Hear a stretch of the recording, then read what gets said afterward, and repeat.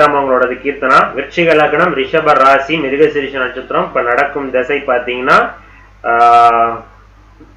தசை மறந்து போயிடுறேன். ராகு திசையில சூரிய புத்தி போகுது. ஓகேவா? இந்த சூரிய புத்தி தான் உங்களுக்கு இந்த மெடிக்கல் ரிலேட்டடான விஷயத்தை ஈடுபட வைக்கணும். சூரியன் உங்களுக்கு பலம் தான், 10ஆம் பாவகாதிபதி பலம், லக்னாதிபதி பலம், அதெல்லாம் சூப்பர். இந்த சூரிய புத்தி உங்களுக்கு இப்ப வரைக்கும் உங்களுக்கு மெடிக்கல் ரிலேட்டடான விஷயத்தை ஈடுபட வைக்குமா? அதுதான் விஷயம். ஓகேவா? அப்ப சூரியன் பலமா நிக்குது, கோச்சார சனியினுடைய பார்வையில் நிற்பது தப்பு. ஓகேவா?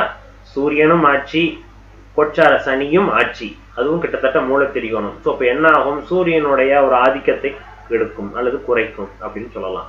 அண்ட் சனியினுடைய பார்வை, 3ஆம் பார்வை லக்னாதிபதி செவ்வாயை பார்க்குது. 6ஆம் இடத்துல செவ்வாய் நிற்குதா லக்னாதிபதி. அப்ப என்ன அது?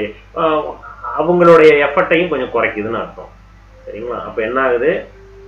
இதுக்காக நம்ம ஒன்றும் பண்றது இல்லை. அஸ்யூஷுவல் நீங்க எப்படி படிக்கிறீங்களோ அதே மாதிரி படிங்க. எக்ஸாம் அட்டன் பண்றதுனால தான் அட்டன் பண்ணுங்க.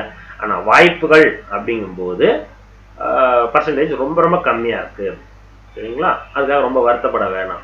சரிங்களா? ஜாதகம் சூப்பரான ஜாதகம், அதுல மாற்று கருத்து கிடையாது. மெடிக்கல் லைன் தான் போகணும் அப்படின்னு இருக்க வேணாம். சரிங்களா? இது இல்லையா அடுத்தது வாழ்க்கையில வெற்றி பெறக்கூடிய ஜாதகமா? S, confirm. எதை வச்சியா நீ இவ்வளவு கன்ஃபார்மா சொல்ற? சந்திரன். எனக்கு ஒரு ஜாதகத்துல அந்த ஒரு சந்திரன் இருந்தா போதும். எனக்கு அந்த சந்திரன் ஒண்ணு போதும் இந்த ஜாதகத்துக்கு, உச்ச லக்னத்துக்கு. அதை வச்சு அந்த ஜாதகத்தை பழிச்சு பிடிச்சிருப்பேன். ஸோ சந்திரன், உச்ச சந்திரன் லக்னத்தை பார்க்குது, அது ஒன்னே போதும். ஜாதகம் சூப்பரான ஜாதகம், சூப்பரா இடத்துக்கு போய் நிற்கும் அப்படின்னு சொல்லிடுறேன். ஓகேவா? ரைட், நன்றி.